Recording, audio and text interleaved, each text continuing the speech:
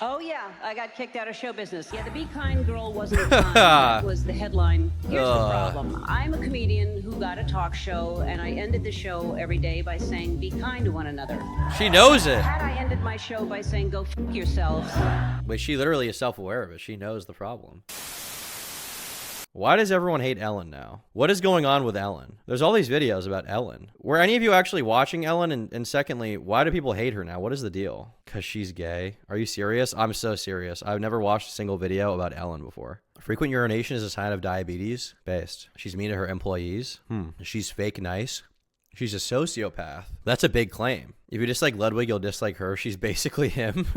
There is this perception in my mind that Ellen is fake nice, which is why I've called people like Ludwig the YouTube version of Ellen. But to be honest, I never really even knew where that comparison came from. But nobody actually hated her for being gay. Nobody cared. Hasn't she been out for like 10 years or something? Also, like, was it ever a question whether or not Ellen was gay? Was that really shocking to you that Ellen is gay?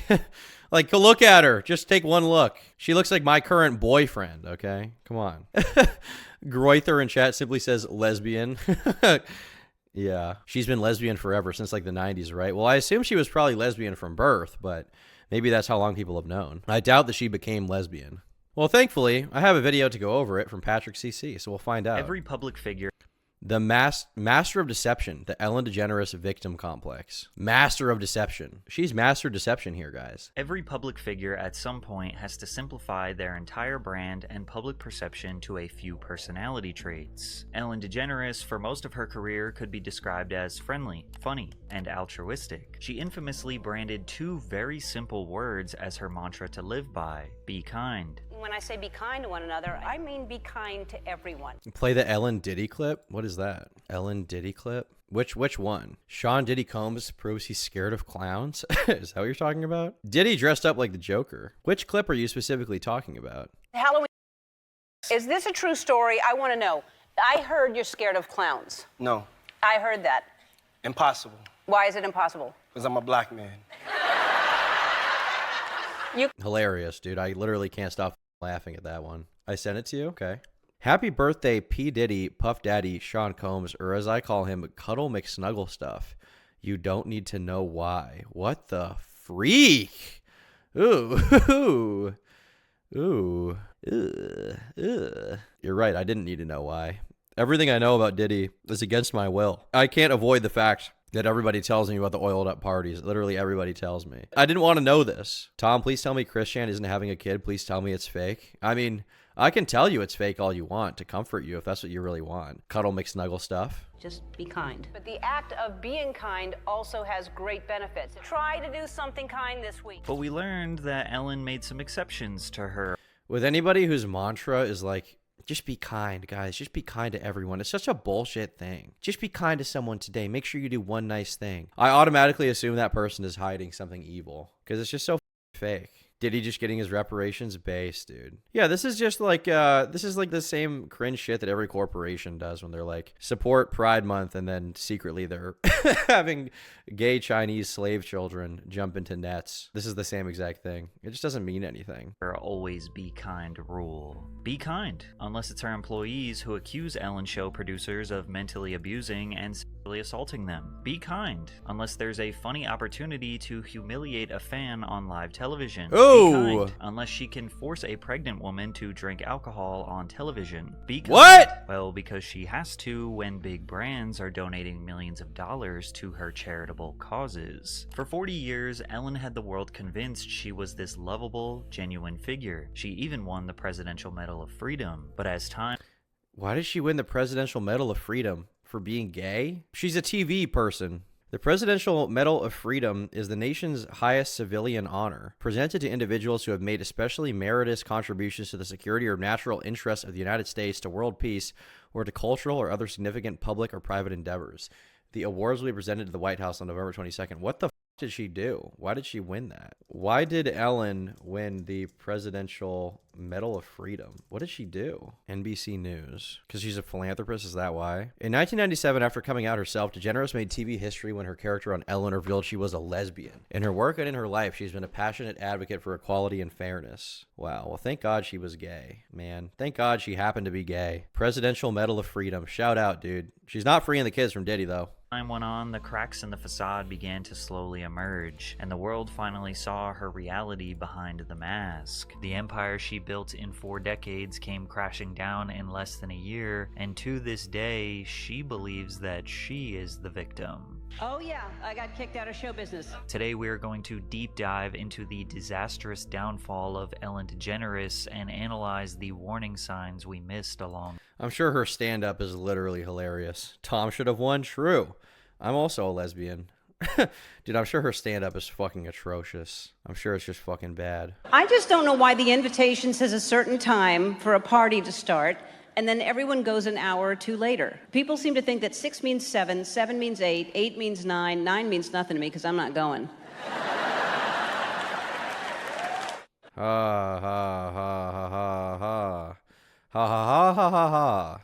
Dude, it's so funny. What the fuck? It's like when people... That moment when you don't show up to the party because you don't care. Bruh moment. Bruh, not everyone has that. Some of the nicer restaurants have the bathroom attendants in there, which is... I don't understand how that job got started. That was somebody's idea. I don't know who started that. I don't know if some person, a customer in the restaurant...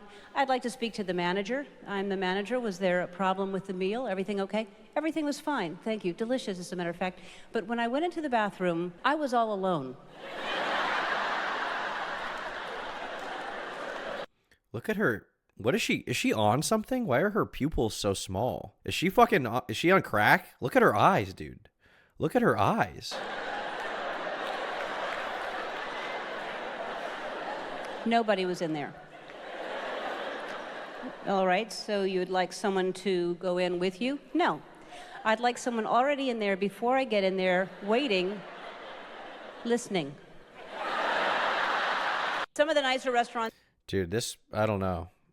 I'm gonna agree with Patrick CC's conclusion before I even watch the video because this woman just seems scary. I feel like if I was in the same room as her, I feel like her face opens up to reveal the demon living inside of her and then it eats me, basically. I feel like there's something going on. She's a lizard.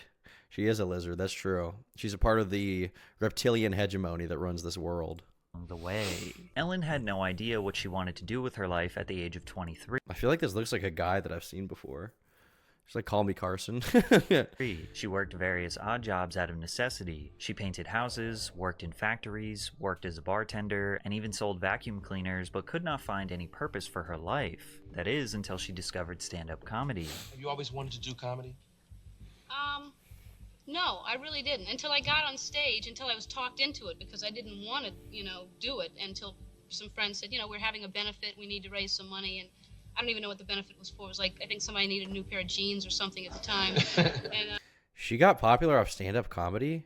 Considering how unfunny she is, that is shocking to me. Was stand-up comedy in the past just fucking shit forever? Was it just complete trash? Watch the Meat Canyon cartoon of her. James Corden takes over the Ellen show. Ellen scare prank on Betty White. All right, welcome back. I'm sitting here today with Betty White, and she's here to talk I've never seen a more accurate illustration of her in my life. The demon. about her new movie. So, Betty, if you would, tell us a little bit about the role. Well, it's definitely something that I've been wanting to... Oh, yeah. Betty, we had to do it. Oh, we had to do it. Oh, Betty, with a heart attack. Dude, she Betty White. She did it. What the fuck? That does seem like something she would do based on the one clip I've seen of her show. I'm making a lot of assumptions here. I'm making a lot of assumptions. I just hate people who are on TV most of the time. I went on stage, and I don't even know what I did, but it was funny at the time. I loved it. It was just the greatest feeling, and it just fell in my lap. Everything just kept happening, and so... Most people who pursue an art form typically have a deep passion for it. Some comedians even see it as survival. They struggle to cope with the stresses and complexities of real life, and comedy is a necessary escape. Ellen lacked passion and was decently funny.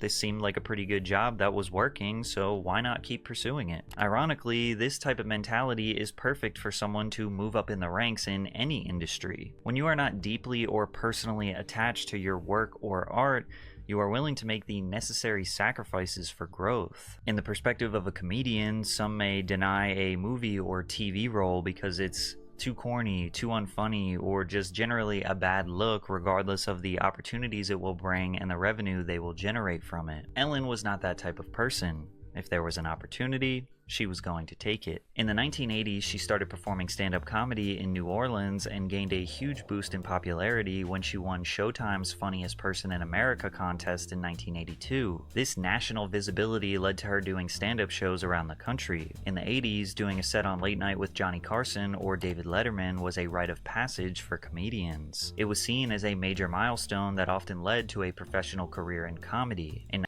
this is so in opposition to the comedy world now. It seems like the way that you get big now is just by being on Joe Rogan. All of the most popular comedians in the world right now are friends with Joe Rogan and have been on his show before. And Joe Rogan isn't particularly good at stand-up. He's just not. I mean, we've watched his stand-up before. It's not very funny at all. But he does light comedy, and he's friends with every famous comedian now. So they all go on Joe Rogan to promote their special. It's like this little circle of people like Dave Chappelle, although he's not really in the circle, I guess, as much, by my estimation, but he did go on Rogan a few times. Shane Gillis, obviously, is one of them. Ari Shaffir, the guy from Kill Tony, Tony Hinchcliffe, right? The guy that I thought was literally a trans woman at first. There's so many people now who they've created this little circle. But it's to the point now where that circle is so popular and so influential that people hate the existence of this circle because they are the mainstream comedians now. And now you have these people who relentlessly rail on them. Like you have all these comedy podcasts, all these like comedy centered commentary channels that have blown up, and they just shit on the behavior of the comedians now, like Burt Kreischer or like Bobby Lee. I did a video about him, right? You've got Too Lazy to Try. That's one of them that has made a lot of videos making fun of these comedians, making fun of Joe Rogan. You've got what was that channel that we watched that did a whole video about how cringe Joe Rogan's special was? Bill Burr, Anthony Jeselnik, Daniel Tosh are good ones that aren't in the Rogan sphere. Yeah, for sure. But a lot of people who are in the Rogan sphere are like huge because of it. Like they get this kind of immediate audience validation by being on Joe Rogan. And he has the whole, he has his, which is impressive. I do have respect for him for that. He has the whole, the comedy mothership down there. Podcast Cringe. Yeah, that's another channel that goes over it. Oh, Elephant Graveyard. Yeah, that's the one. He had a good video, man. He had a pretty good video. In 1986, Ellen got her opportunity. That whole fitness thing runs in my family, though, I think. My grandmother started walking 5 miles a day when she was 60. She's 97 today, and we don't know where the hell she is.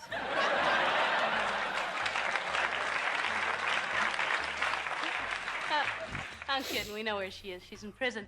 But, I'm kidding again. I kid a lot because I'm a comedian. Ellen's style of comedy seemed like someone who was truly indifferent, like she didn't care to be on the stage. This could be perceived as confidence. Someone who is unafraid to fail or tell a bad joke. Combine that with the fact that she was a woman in the 80s, a time where women weren't exactly dominating the comedy industry, and opportunities came pouring in. Today's video is sponsored by Aura. Shout out to Aura. I do use Aura. Aura.com/PatrickCC if you like this video. Highly encourage all of you to do that. Ellen, to my knowledge, she's a part of this phase of TV that came as a result of Oprah. I think it was Oprah, and then it was Ellen, and then it was Dr. Phil. And Ellen and Dr. Phil, I believe, got big because of Oprah. And Dr. Phil, I don't hate Dr. Phil, but there probably is somewhat of a level of cringe of he purports to be somebody who's helping all these people, but then he has these people on and just publicizes their entire crazy life, and then they get famous off of it, and, some of them get more mentally ill as a result. It doesn't really help them, or some of them have careers off of their degeneracy, like Bad Baby, or like the crazy vegan guy, right? There's a whole genre of that kind of person that's gotten big off of Dr. Phil. It's not even that hard to get on Dr. Phil. Dick Masterson, who I've talked to, went on Dr. Phil, and then Andrew Tate stole his bit. You guys must have seen that, right? I bet a lot of you haven't, actually. This guy's show, The Dick Show, I used to listen to this. It was pretty funny, but he went on Dr. Phil. He basically just pretended to hate women and had a website and a book, I think, called menarbetterthanwomen.com, and then the subsequent book. And he managed to get on Ellen and he managed to get on Dr. Phil and just troll all these people. There's nothing more liberating and freeing to a woman than chauvinism. A woman has no responsibilities because I don't expect her to get anything right. All women are whores. And this is from 2005. This is literally the same thing that Andrew Tate does now. He stole his whole bit. He straight up stole it. They trade sex for money. They trade sex for cars. How is prostitution illegal, but alimony isn't? They're basically the same thing.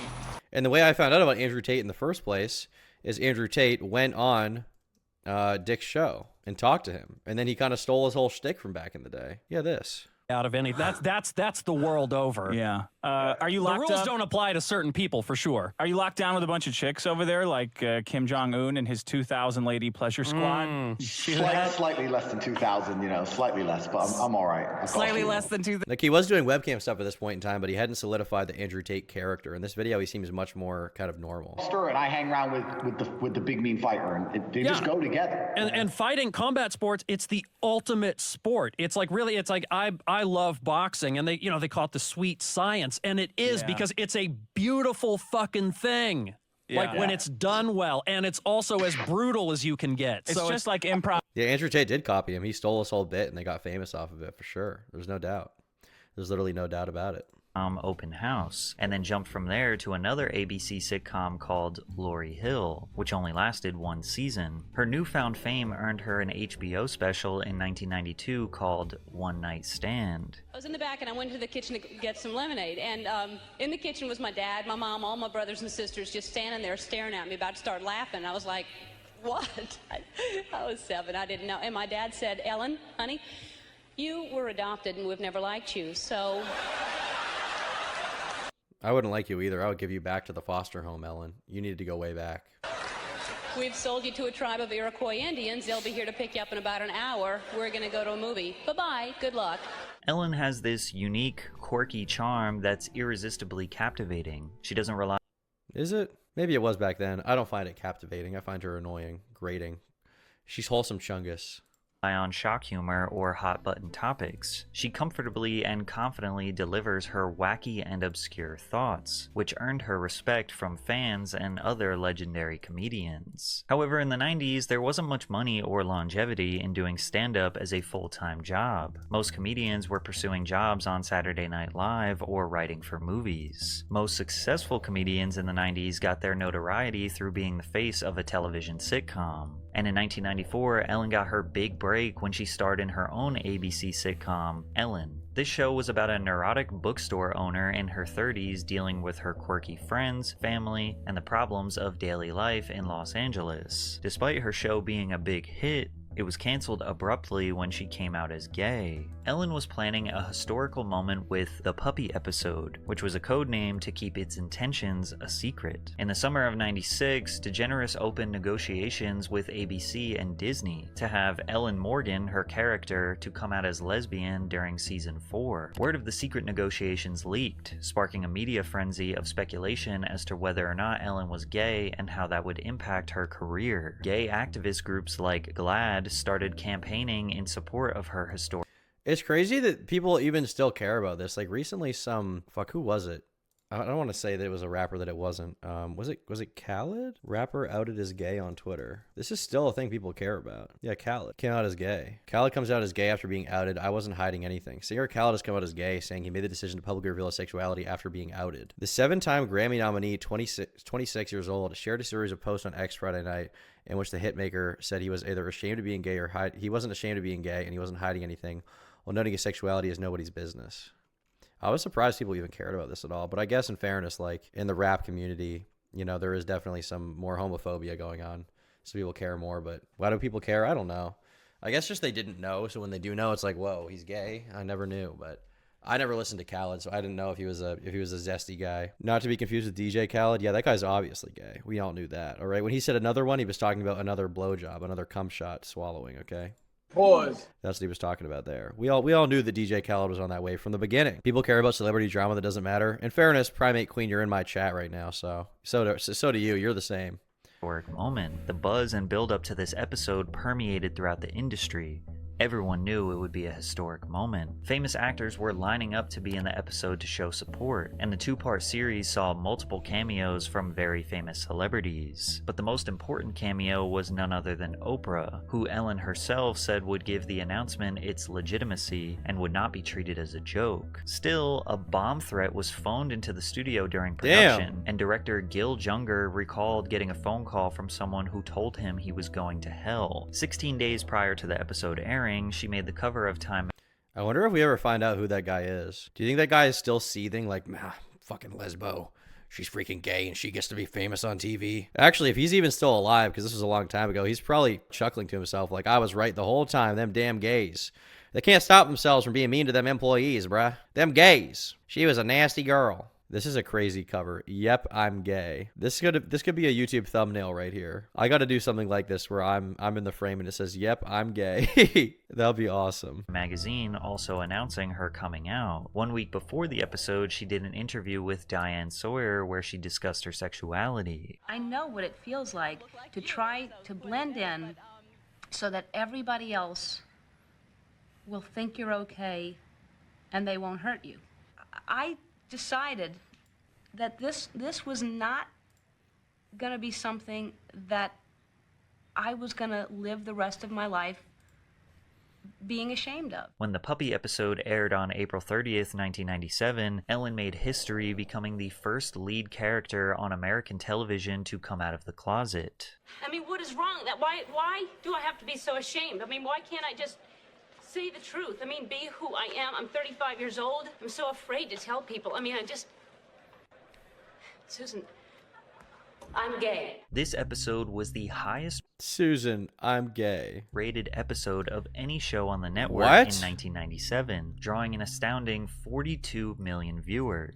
That big of a deal? I guess sometimes I forget how shocking it was to find out somebody's gay. I feel like you take one look at her and you're like, she's gay. You listen to her voice, she's like, I'm freaking Ellen. You're like, all right, you're gay. You're scissoring based. I guess I just wasn't alive, so it's hard to remember sometimes how shocking it was to find out. 42 million viewers is crazy, by the way. This never happens on TV now. I doubt there's been any TV thing that got 42 million viewers other than the Super Bowl in the past, 10 years. The news can barely crack 1 million viewers on a good night. CNBC, MSNBC, CNN, they can barely crack 1 million viewers, man. You were a pube back then? I wasn't even alive. I wasn't even a thought in my parents' minds. In the 80s? In the 80s, my dad was younger than I am now. The very same day when that episode aired, she did a sit-down interview with Oprah where they discussed in detail the process of her coming out. Despite the historic moment, the show's advertisers were dropping like flies. Chrysler, McDonald's, Coca-Cola, JCPenney, Domino's, Ford, and General Motors all decided to stop advertising on The Ellen Show because of this episode. And after the puppy episode, Ellen's ratings began to dwindle, and 1 year later, ABC canceled the show. Entertainment Weekly put her on their cover in a similar... She irresponsibly publicized LGBT teen unalivings in a way that goes against media reporting guidelines in most countries. She did? What are you talking about? Cameron, what are you talking about? I've never heard of this. I have no idea what you're specifically talking about there, Cameron.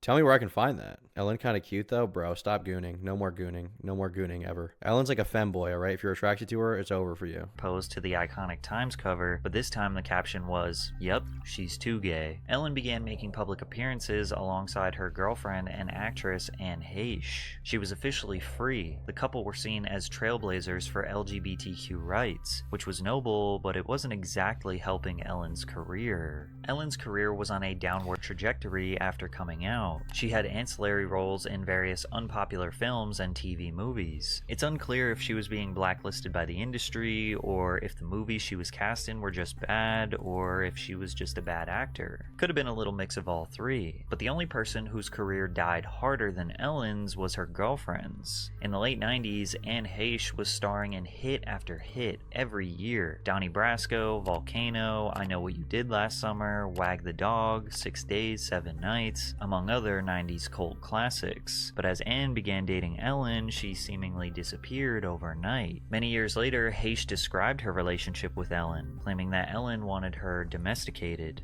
isolated, and alone. What happened? She wanted a housewife, bro. Ellen is like a guy then. Ellen is straight up a dude. Ellen wanted Anne Heche to be her perfect little trad wife, dude. Ellen is based. We didn't know this. I didn't know this. It was that I was, through the circumstances, shut out from things that I cared about, and in order to make her feel that she was being loved, I would erase those things from my path, such as acting, and replace them with things that I thought would give her a foundation. As we got further and further away from me being able to be in public the way that would please, I began getting further and further away from my friends and my friendships. And one of the things that concerned me very much was that I was... Why does she talk like that? She's either emotionally distressed or she has some kind of muscular issue, I would guess. I don't know, ALS or something. That's why she's fidgeting so much. Probably something like that. lesbian domestic abuse stats is the worst out of all relationships. Is that true? I will say one thing that's really interesting is, heterosexual relationships, obviously it's, the typical stereotype is like the guy is dominant, the female is not dominant, she's submissive. And that's not always the case. There's a lot of, middle ground and submissive guys, like dominant girls, whatever. But it's interesting that stereotype also kind of, that norm carries into gay relationships. Like with gay people, it seems like there's usually like the dominant gay guy, the bear, and then there's like the submissive gay guy. Or with lesbians, you have like the butch lesbian who like has a backwards hat and tattoos and dresses like a dude and has fucking, is like hyper masculinized. And then you have like the gay one, or you have like the one that's just like a girl, and like you wouldn't think necessarily is lesbian, like stereotypically speaking, you wouldn't be like, oh, D word, you know what I mean? It still transitions, and a lot of the relationship problems from straight relationships also translate to gay stuff. Tom seems to know a lot about this. Well, I've dated a lot of guys. Beginning to feel shut off and shut down and shut away. And I told Ellen that I needed to have friends. She said she did not want to have a girlfriend that needed that. And that is the day I left. Shortly after Anne and Ellen broke up, Haish was hospitalized after knocking on the front door of a rural California home, making strange statements to its residents. She appeared shaken and confused. Within a year of breaking up with Ellen, Haish married Coleman LaFoon, a cameraman she met while she went the working other on a way. documentary She betrayed the about gays. DeGeneres' return to stand-up comedy. Anne also announced, Tom, my sweet summer child, a bear is not a dom gay, man. It's a body type, mainly big burly men. They can often be sub. Okay, Oak, thank you for your... I'm sorry for insulting the bear community. I'm very sorry. I did not mean to do that. I would never want to do that, ever. I'm a good guy. Shout out to the bears in chat, all right? I'm sorry for insulting you and stereotyping you, all right? I'm sorry for misrepresenting the gays.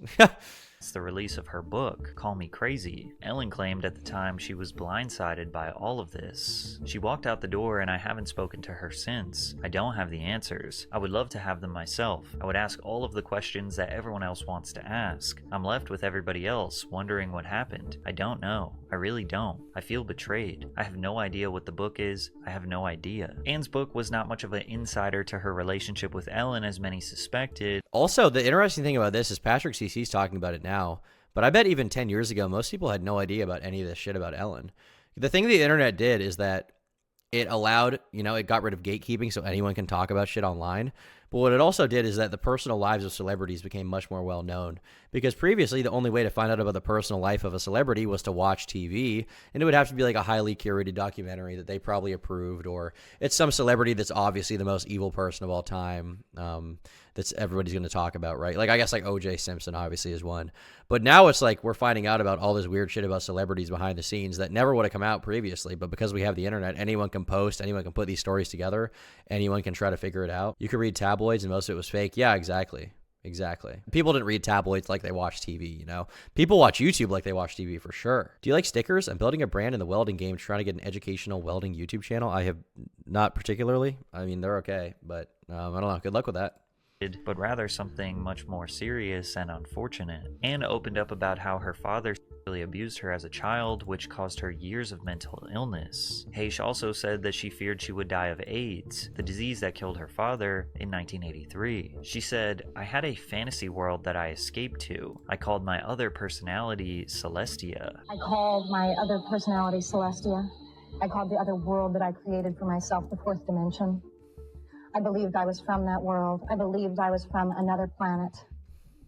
I think I was insane. Anne struggled with her mental health publicly for many years after their breakup. She also struggled with substance abuse. At the time, most people sided with Ellen and just said that Anne was the crazy ex-girlfriend. Some people even claim that Anne was blacklisted because of Ellen. But Anne Haish was in 40 movies and had more than 15 regular roles on various episodic series for the rest of her career. She was getting jobs and remaining active, just none of her performances outshined her 90s roles. After the breakup, Ellen released her second major stand-up special, The Beginning, which was symbolic of a restart in her career. Dude, she put herself in like a religious drawing. That's fucking cringe. Ansel James says, not a joke. I low-key used to shit Max, and through you, I found the light of day and lost my love of excrement. What? You used to shit Max? What is wrong with you? What do you mean? What do you mean by that? Like you used to shit or like eat shit or jerk off? What does that even mean? You used to shit Max? Elaborate, please. What? Actually, I don't want to know what that means. I'm glad you've lost your love of excrement though. But Jesus, stop pooping. Stop shit maxing, dude.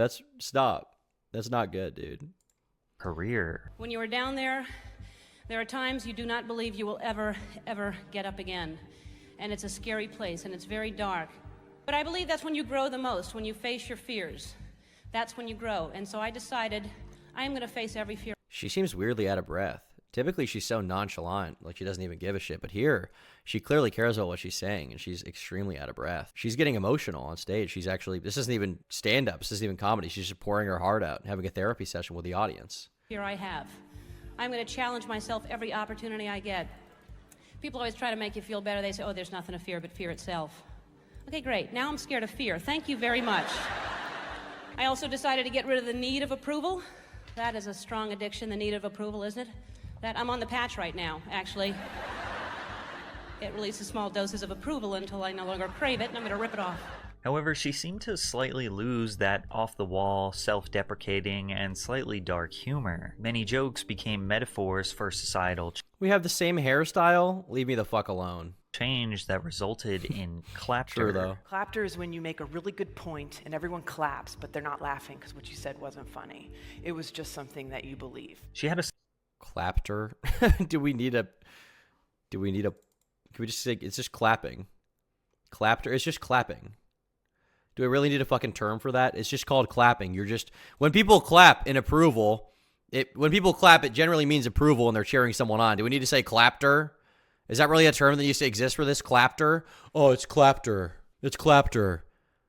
Cringe! slight resurgence in 2001 with the launch of her second sitcom, The Ellen Show. Unfortunately, due to low ratings, the show was canceled after just one season. And just when things were looking bleak for Ellen, in 2003, her career drastically changed. She voiced the character of Dory in Pixar's Finding Nemo, which secured easily the best thing she ever did and the only thing I care about. Finding Nemo, the best Pixar movie. Okay. Actually, it is Pixar, right? Okay, it is a Pixar film. Okay, yes. This is the best Pixar film. This movie fucking rocks, dude. I love Nemo. Some of the moments and characters from this movie have carried into my life to this day, okay? Here's Brucey, which is parody of another movie, but still fire, okay? He never knew his father. Just a bite. P. Sherman, 42, Wallaby Way, Sydney. Don't touch the butt. Nemo, you get back here right now. What's that guy, Gil, voice of Willem Dafoe? He's like, I'm a sad fish with scars. I'm a sad fish. The only way up is through, or whatever the fuck. Great movie. Great movie. Excellent movie. Ratatouille. Now, all these movies are good, but I'm sorry. Finding Nemo is my personal favorite. I love that movie, okay? It's excellent. It's fire. Swim away! Swim away! Fish are friends, not food. Cleared $871 million in the worldwide box office, becoming the second highest grossing film of 2003 and holding the record for the best-selling. Dude, when the blood from I think Dory like hits her nose and bleeds, and then fucking Bruce smells it. He's like, "Ooh, that's good." Dude, it's so good. It's too good. It's too good. Actually, who voices Bruce in Finding Nemo? Barry Humphries. No idea who this guy is, but that guy did an excellent job. Here's Brucey. I never knew my father. Selling DVD release of all time with over 40 million copies sold. She launched her third comedy special, Here and Now, which is considered by many to be her best comedy special in her catalog. Ellen was a comforting, silly, relatable, and kind comedian. She never punched down. She didn't talk about race, religion, politics, or anything that could be deemed as controversial. There was nothing dark or edgy about her set. It was... But ironically, that's probably part of why she became so annoying. Because it's like when you pander to everyone, you end up eventually appealing to no one. People who pander to everyone are ultimately forgotten. Right? They're ultimately forgotten. Nobody actually gives a fuck about them. People who are a little bit more edgy, they're remembered a little bit more because at least they did something. At least they said something. At least they had some kind of fucking point. At least they had something to say. Instead of just trying your best to not offend anyone and ultimately just falling to the wayside. Nobody remembers Ellen's stand-up specials. People still remember George Carlin. People still remember Eddie Murphy's stand-up. Nobody gives a fuck about Ellen's stand-up. Nobody talks about this. Ever. Same thing with like Dane Cook. Like Dane Cook, He was slightly edgy, but it was for like a college crowd, right? And it was ultimately just really cringe in the way it came across because it was like very safe, edgy, made for a specific audience, made to be as mainstream as possible. And he made a bunch of money off it, but like as art, doesn't really get remembered. Mostly quirky, relatable humor. We're lazy. We have buttons doing everything for it. There's no physical activity attached I didn't know she was a comedian either. I literally only thought she did a cringe TV show. to anything anymore. Even the garage door opener. We used to have to get out of the car and open up the garage door. Now there's a button you push, you know? And the car window. This became too much. I don't want to churn butter. I just want fresh air. We still use that gesture if we want somebody to roll their window down in traffic. We still use that, even though nobody's got it. Because we'd look like idiots if we did this. Haha. Ellen's relentless. So true. Basic observation about life that everybody knows. Dude. So true. So fucking true, bro. Positivity, family friendliness, and desperation for a consistent career made her the perfect candidate as a talk show host. And on September 8th, 2003, the very first episode of The Ellen DeGeneres Show aired. Well, thank you. It's September 8th. This is our very, very first show, and you are my very first audience. In the early years of her talk show, Ellen... Damn, somebody drew the character already. That's sick. What the fuck? Why are some people drawing the cat, dude? These people rock. What the hell? Hopefully it's not some kind of furry thing, but that's awesome. Damn, shout out to everybody who's drawing the character. Crazy that Bruce from Nemo and Edna are the same person. Are they really? I didn't know that. Talking about Edna, like Edna Mode. That person from The Incredibles? That's nuts. I had no idea. Ellen quickly became a breath of fresh air in the daytime talk show space. She played up a persona that is positive, exuberant, and encouraging. During the peak of tabloid culture, cutthroat journalists who were bloodthirsty for some juicy celebrity drama, Ellen offered herself up as a safe space for celebrities to come on and just have a normal chat with a kind woman. Her spontaneous dance moves and playful, upbeat energy made viewers feel, in the words of Robin Williams, you feel like you're with a really brilliant 12-year-old. A really brilliant 12-year-old. Well, that's kind of dark. Man, what I fucking hate about YouTube and streamer shit now is like, you know, it's fine if it gets more mainstream. I get it. People want to make money. I get it. I really don't. I don't even particularly dislike Mr. Beast content because it just is what it is, you know? Like, it's what I expect. But on Twitch, you have like, Twitch has basically started to become Hollywood now, where they're trying to emulate Hollywood, where all these Twitch streamers who started being like toxic people online, you know, they grew up a little bit. They got a little safer with their content, whatever. Times change. I don't really have any problem with that.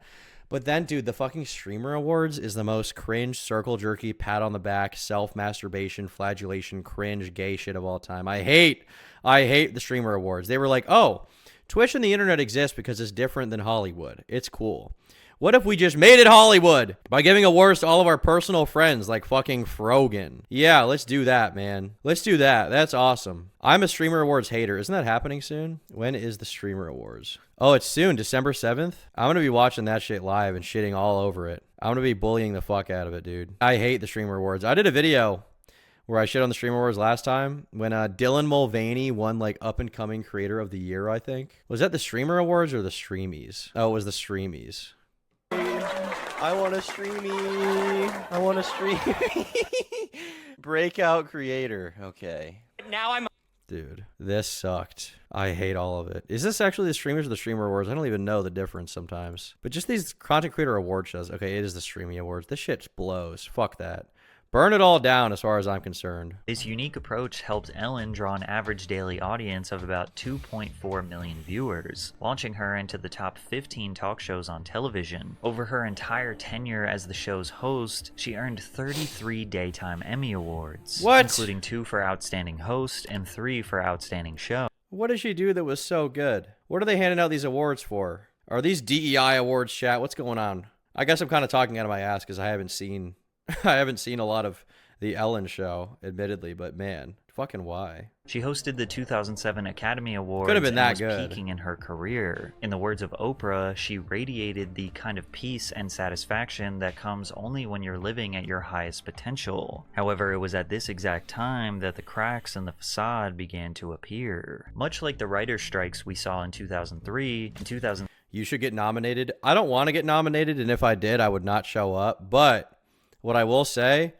is that unironically, someone as me who's a relatively low tier streamer, right? On a good day, when I'm streaming on the Tom Dark channel, where the majority of the streamer audience is there, I'll get like, 3,000 live viewers, which is pretty good. It's good.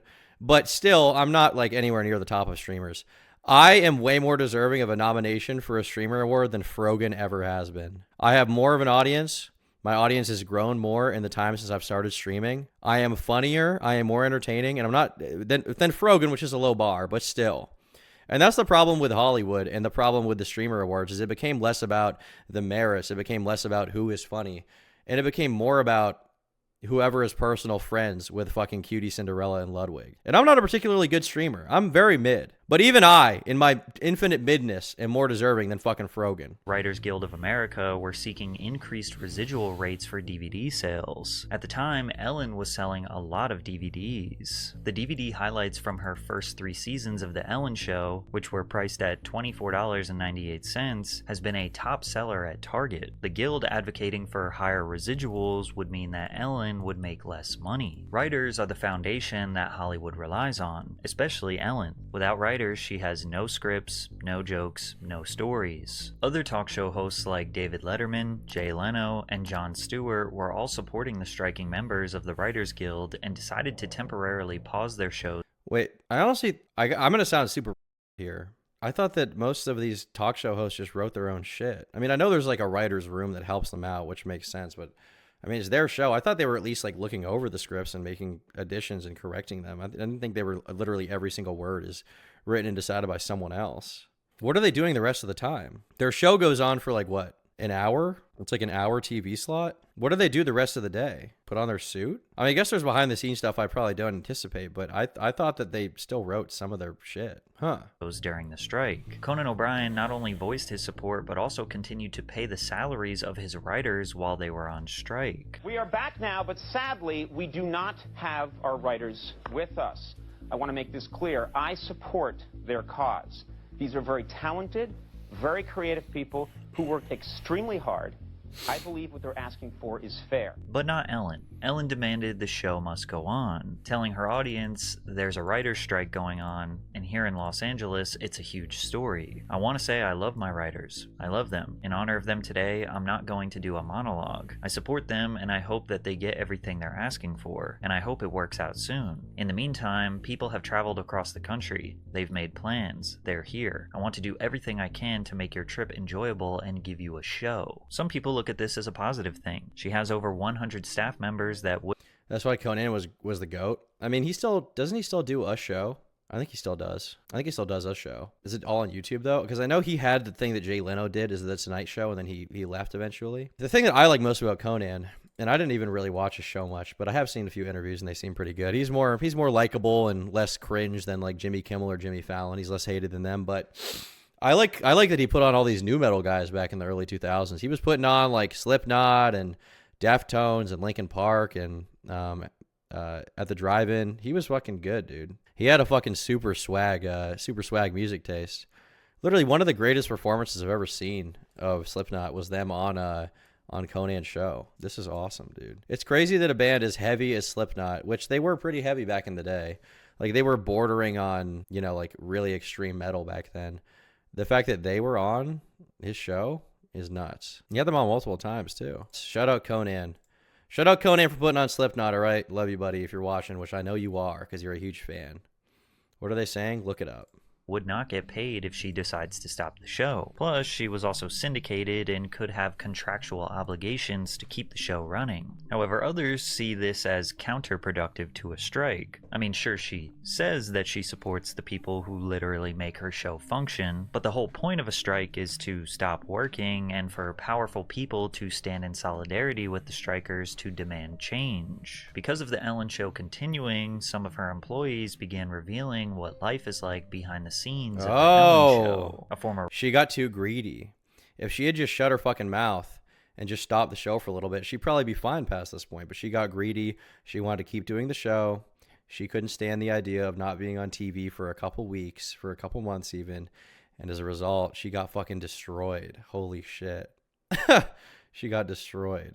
A writer for her 2001 sitcom said, "We'd watch her in rehearsals, smiling and winning us over with her charm and comic timing. Then the director would yell cut, her face would fall, and she'd level a glare at the writers. Why do you keep writing these unfunny jokes?" I mean, that's not that bad.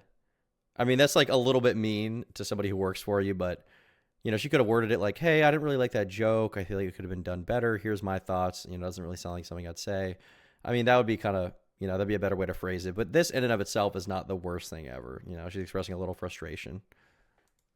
On one hand, you could see her as disingenuous, fake, and rude. On another, you could see this as blunt, harsh, but essential criticism from a boss to her employees. Exactly. However, this next accusation paints her as a malignant opportunist. Ellen connected with a talented writer on her show, put his jokes into her stand-up act, used his words to fill 2 pages in her book, then promised him a job on her new show. When he met with a low-level producer, they said he didn't have the right experience, and Ellen pretended she couldn't do anything to... She straight up stole his jokes? I mean, I guess we don't know if this is the case. We don't have direct proof, but if true, that's pretty fucking shitty.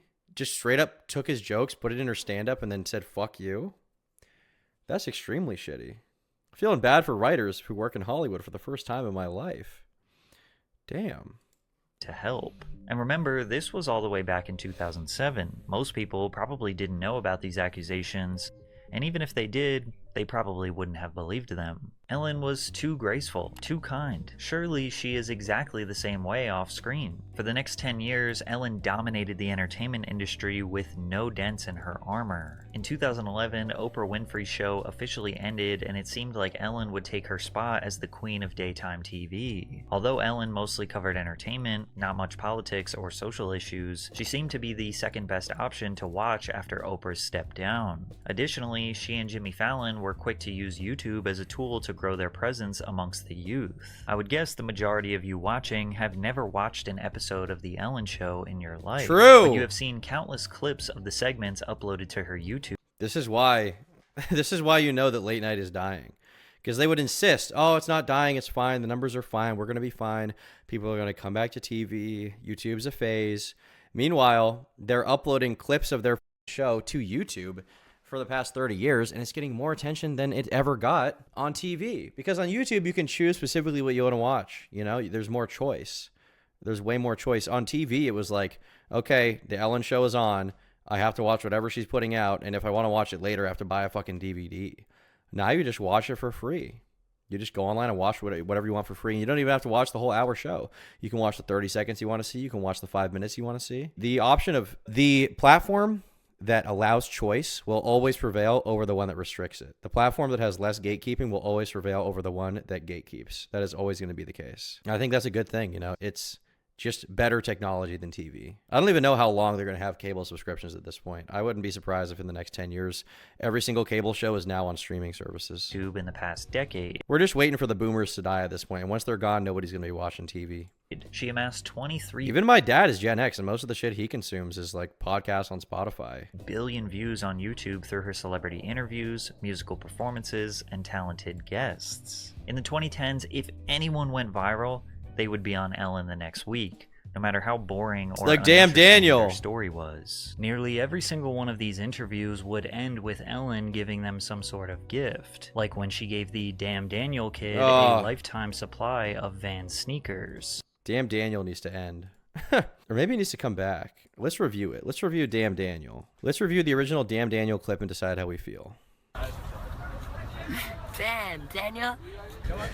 Damn, Daniel. Damn, Daniel. Damn, Daniel. Back at it again with the white van. Damn, Daniel. Man, sometimes I just look at shit and I'm like, even as a guy who does this for a living, I have no idea how this got popular anywhere. Let's bring it back. Damn, Daniel. Damn, Daniel. Damn. Just harassing this Daniel guy randomly. Every day he's out, he's just wearing his fucking shoes. Damn, Daniel! Damn, Daniel! Damn, Daniel! Die! Daniel. Damn, Daniel. Back at it again with the white vans. Stussy, man. What was that word he said? Sticey? White vans. Stussy, man. What does he say? Stussy? Stassi? What does he say there? What is that word? What is that word? Someone tell me right now. What did he say there? Back at it again with the white vans. Stussy, man. Stussy? What does that mean? What does that mean? This is the exact opposite energy of what are those, and it's awesome. Yeah, it's awesome, dude. Studly, zesty, stusty. What does that even mean? What is it? That's not even a word. Maybe Vine dying was actually a good thing. Or when she gave Mary Catherine Backstrom, a woman who went viral on Facebook for a funny video, $20,000. Now, some people only think that she's giving away this money because the brands are sponsoring the show and essentially using this charitable contribution as an ad. This was extremely evident the time she had a college student on her show who had been donating blood for 6 months just to pay for a computer, buttered her up to announce that Shutterfly was going to pay her tuition, only for her producer to say that's not the case. Wow, that's a lot of college. It's a lot. Yeah, how much is tuition? It's like more than $50,000 right now. I get a little bit of financial aid, but Yeah. it's a lot. Yeah, it's a Well, lot. it's a lot. Yeah. And your story is very sweet. And so I talked to my friends at Shutterfly. They want to help pay for... Uh-oh. I'm sorry. Oh. What does that mean? I just haven't. Okay. So this is awkward, but so we're going to give you a computer. Oh. I mean, Oh. we have the computer here. We're going to pay for your tuition. Oh, wait. No. All right. We're going to give you a computer. I mean, I think the only way to save this in the public eye, if you're Ellen, obviously she's not obligated to do this, but I feel like the only way to save this is to be like, well, Shutterfly said they won't pay for it, so I will, which Ellen has, you know, millions and millions of dollars. She absolutely could afford that, and it wouldn't even be any sweat off her brow. I feel like she should have just been like, I'm going to write you a $50,000 check right now. You can't say that and then go back on it, right? If you don't say it at all, you're fine. If you never say it, you're fine. But if you build the expectation that you give money away and then you're like, ah, never mind. Psych, nah.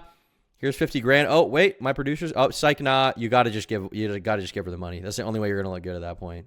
I have a computer, but Okay, but it's a nice, it's a nice computer. If I had the kind of money Ellen has, I would have said, well, I made a mistake. Shutterfly isn't going to help pay your tuition, but I absolutely will. Then again, this is just one mishap amongst literally thousands of charitable contributions Ellen has made throughout her career. It has been a large part of what makes her so loved. Ellen supports people and families who are facing difficult times, or those she feels need to be recognized for their good deeds and hard work for their communities. After the devastating Hurricane Harvey in 2017 that tragically took the lives of 107 people, Ellen, well, Walmart, donated $1 million to J.J. Watt's relief fund for the victims. Walmart and Ellen also gave all of these girls 4-year full-ride scholarships to university. No way to Lenovo. Dude, that's so based. That's awesome, though. That's fucking sick. Offering to get her a computer and then you give her like a fucking Dell. Just destroy her life. Here's a Dell. We're giving you a computer. It's a $300 Dell. It's a Chromebook. Yay, it's $82. Yay. Never done anything this big before. We reached out to the people at Walmart, and they want to give each one of you a 4-year scholarship. Ellen and Shutterfly gave $22,000 to pay the student debt of a This has the Mr. Beast effect, where, you know what, I would bet that probably half the claims made about Ellen aren't even true, but because she propped herself up as such a good moral person who gave away money so much and was like charitable and was always like, just be nice to someone today, just be nice, she created this perception that she could do no wrong and was almost like a godly type figure.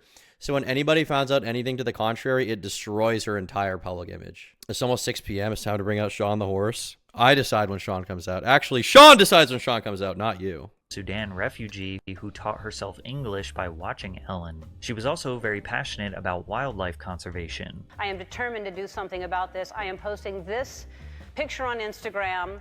If you're as outraged as I am, please repost it, retweet it with the hashtag #BeKindToElephants. And for everyone who does, we'll make a donation to the David Sheldrick Wildlife Trust to help protect elephants. And if you're not... DeGeneres created an anti-bullying PSA called Be Kind, which raised money for organizations dedicated to anti-bullying efforts, such as the Trevor Project and Pacer Center. This was the origin story to her entire Be Kind mantra. Nearly every single episode for over 3,000 episodes, Ellen has used her platform to accomplish a seemingly endless list of charitable contributions, and her motivation to do so was often summarized by a simple two-word mantra: be kind. But in 2019, after 15 years of dominance, we would slowly find out that Ellen wasn't exactly the beacon of kindness we thought she was. The thing is, all the nice things she did are still good, and I would argue that the things she did are probably enough to make up for how shitty she was behind the scenes, although I don't know what it is yet, so I could be wrong. But the nice thing she did, if I had to guess, if the worst she did was being mean to an employee, the nice things probably outweigh the bad things, right? But because she propped herself up as such a nice, good person who could do no wrong, ultimately, when people found out that she was morally fallible and she was a shithead behind the scenes, it destroyed everything, and now nobody gives a shit about all the charitable acts. Nobody even cares. But we'll have to see what she does. Maybe she did something truly evil. Maybe she's a ditty freak, but we'll see what's going on here. In December of 2018, the New York Times published an article titled, "Ellen is not as nice as you think." The subject of the interview was about Ellen's return to stand-up comedy, as she just announced the release of a Netflix comedy special called Relatable. A few years ago, I started ending my show by saying, be kind to one another. But here's the downside. I can never do anything unkind, ever. I shouldn't even have a horn in my car. Like, if someone cuts me off in a dangerous way, if I honk, they're like, Ellen? Now, the journalist who was writing this piece was doing the interview at Ellen's house. As they were chatting, they brought up the idea that Ellen has to be kind all the time, to which Ellen's wife, Portia, walks over and says to Ellen about the interviewer, "Just remember, the nicer they are, the more they are going to screw you." The interviewer was taken aback since she had no bad intentions about her interview with Ellen. However, she did ask about the... Yeah, this is just... it's not always true, but there is this conception that is often validated where the people who are the most outwardly nice and project this image of niceness and charitability and being super kind, and I could never imagine someone being that mean, they ultimately turn out to be kind of weird behind the scenes because they were, using it as a mask for their strange behavior. People who are more middle of the road and you're able to easily see in their content or on their TV show, like, they're sometimes good, but they're sometimes also bad. They're fallible, they make mistakes. Those people have a relatively fine time because it's not like a mass exodus where people are like, oh, what the fuck? They don't have the mask. But when you have the mask at all, eventually, if people peek behind it and you're not who you're supposed to be in their eyes, it's over for you. It's literally over. The tabloid stories featuring anonymous complaints that Ellen isn't always kind to those she works with. Ellen said, "That bugs me if someone is saying that because it's an outright lie. The first day I said, the one thing I want is everyone here to be happy and proud of where they work. And if not, don't work here. No one is going to raise their voice or not be grateful. That's the rule to this day." Ellen did not realize it then, but this exact quote would validate all of the claims that were about to come out against her, creating a toxic company culture behind the scenes of her show. But none of her staff had the confidence to come out and share. Yeah, she probably should have just never responded. Because then when she responded, she probably encouraged people who wanted to tell their side of the story to be like, oh, now I have to come out. She's counter-signaling us. Tom, you're my Pookie. You're my Rainbows. Rainbows, Oink, Swoop, Swoop, Rainbows 7, Boogie 2988, X Keemstar Collab, Summers Type Beat, Dark Gothic MAGA. That's true, I am. Thanks, bro. I appreciate that you see me for who I really am for that. Ellen's secrets. That is, until the public opinion about Ellen's supposed genuine persona started to drastically change. And one of the major factors in that shifting public opinion was in her 2019 interview with actress Dakota Johnson. In the interview, Ellen jokingly accused... Dude, this girl and Zooey Deschanel, bruh. Ooh, I don't want to talk about it. I don't want to have a conversation about it. I don't want to talk about it, but it is what it is. Dakota for not inviting her to her 30th birthday party. How was the party? I wasn't invited. Actually, no, that's not the truth, Ellen. You were invited. Last year, you gave me a bunch of about not inviting you, but I didn't even know you wanted to be invited. Well, who doesn't want to be invited to a party? Well, I didn't even know you liked me. Of course I like you. You knew I liked you. You've been on the show many times, and don't I show like? Yeah, you do. Yeah. But I did invite you, and you didn't come. So This time you Ooh. invited me? yeah, Are you sure? yeah. How do you know? I don't think so. Ask everybody. She invited her through her secretary. Ask everybody. Ask Jonathan, your producer. Who Okay. said you were? I Yeah, was he's invited. right there. Why didn't I go? Was it? Oh yeah, I had that thing. She seems actually kind of vulnerable and nervous here. I mean, this isn't even that bad. This is like whatever. I guess it's building into a broader point, but this in particular is like, whatever, bro. It was probably in Malibu. That's too far for me to go to. Yeah. Yeah. It was. Dakota then goes on to talk about how comedian Tig Notaro performed at her party. But Tig Notaro performed at your party? She did. She did a set? She did. It was a surprise. What did she do? A bunch of funny stuff. Wait, what the fuck?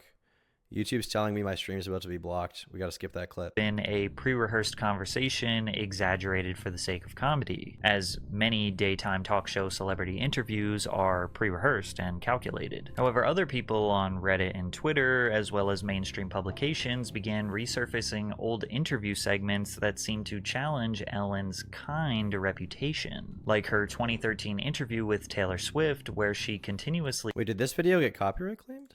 Doesn't look like it. What the hell? YouTube's trying to protect Ellen? Yeah, dude, the deep state's getting me. The deep state's coming after me, man. He pestered her about the men that she has been dating. Very happy. You were here with your boyfriend Zac Efron last time. How's he doing? I had a dream you got ripped apart by chimps in a glass box with green flooring. What kind of dreams are you? Why are you dreaming about me? And why is it always either me edging someone or me getting ripped apart by animals? Why can't you just, if you're gonna have a dream about me, can't it be a dream about how I'm like cool or like nice or handsome or something, or like tall and jacked? Does it have to be about whatever that is? Can you just have any other dream, please? I had that dream too. What is wrong with you?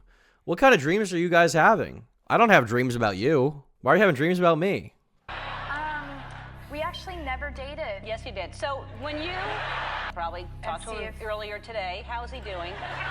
I don't know. I haven't talked to him in a while because we didn't date. Yes, you did. Why do you deny it? Because we didn't. Oh. She's squeezing her for content. That's really shitty. You know, I don't love Taylor Swift necessarily, but obviously it's like fucking, it's not cool to do that to anyone, even if they're a celebrity who's kind of unlikable or cringe or mainstream. Just outing someone's personal relationship like that, or even making it seem like they had a relationship they didn't have to drum up controversy and ratings, that's pretty shit. I doubt Taylor Swift wanted to go back there after that. Okay. Which song is about Zac on the new CD? There's nothing really about Zac on the CD because we didn't date. All right. So, yeah. Okay. Taylor was visibly uncomfortable but continued to laugh off Ellen's pushiness until they played a game where Taylor had to tell the audience which men on the screen she dated and wrote her songs about before she screamed at Ellen to stop.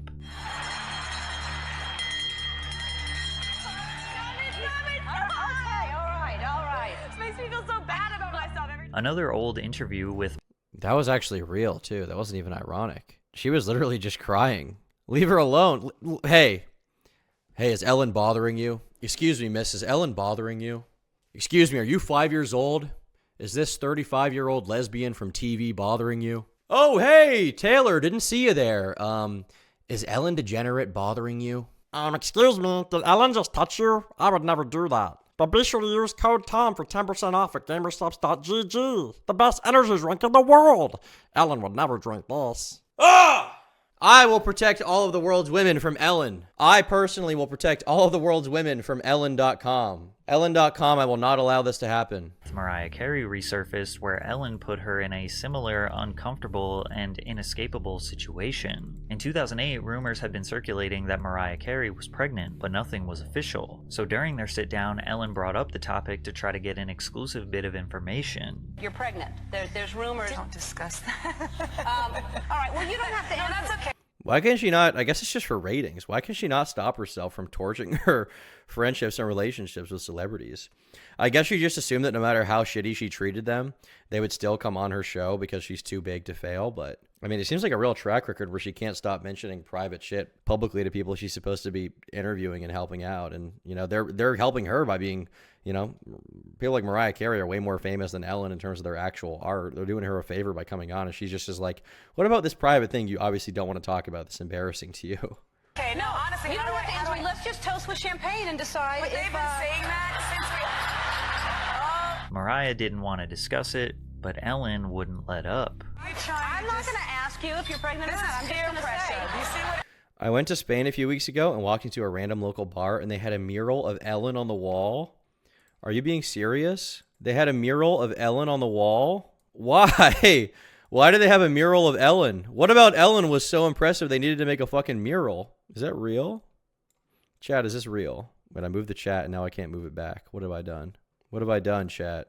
I can't move the chat back. What the fuck? I lost the chat. It went off screen and now it's gone.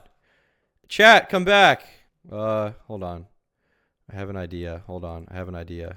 Can we bring it back? Can we bring it back? Come back, chat. Chat, where did you go? No! I lost chat. Chat, come back, come back, come back, come back. It's literally gone. I don't know. I can't. It's gone. I give up. Goodbye, chat. I'm sorry. I'm sorry. I don't know what I've done.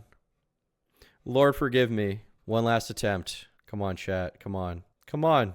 Come back. I can't. I can't. It's gone forever. Ellen is doing this is peer pressure. No. Let's toast to you I've not killed being you. pregnant. If you're not pregnant, then we should... my goodness. Mariah is now in an awful situation. Either she drinks the alcohol while pregnant, or turns down the drink, essentially proving that she is pregnant. All right, go ahead. Okay, cheers. Cheers. It's too early for me. I only drink it after 3 p.m. Yeah.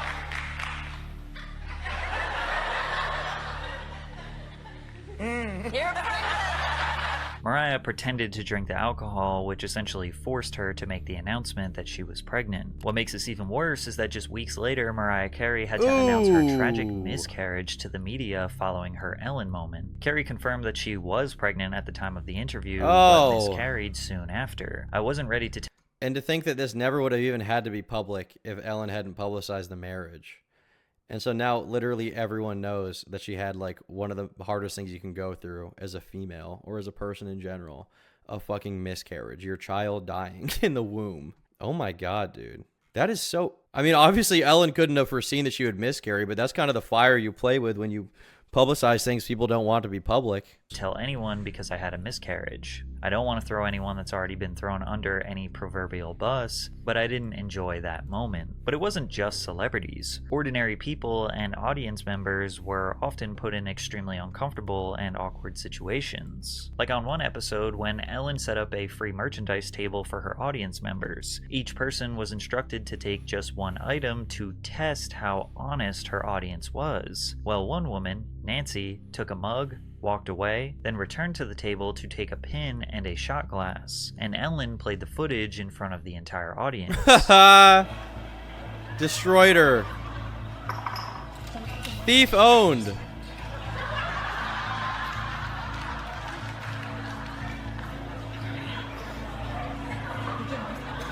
No, guys. Holy heck, she stole the $4 muggerino. She stole the mug made by child slaves in Africa from Ellen, dude. What the fuck? Dude. What a disgusting person. She needs to be shamed now. Now! Get her. Throw her in jail forever. Social experiment proves that Ellen's audience is corrupted.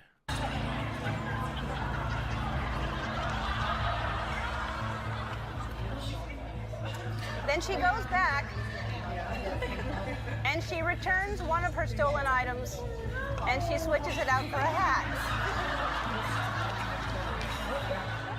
All right. Hi.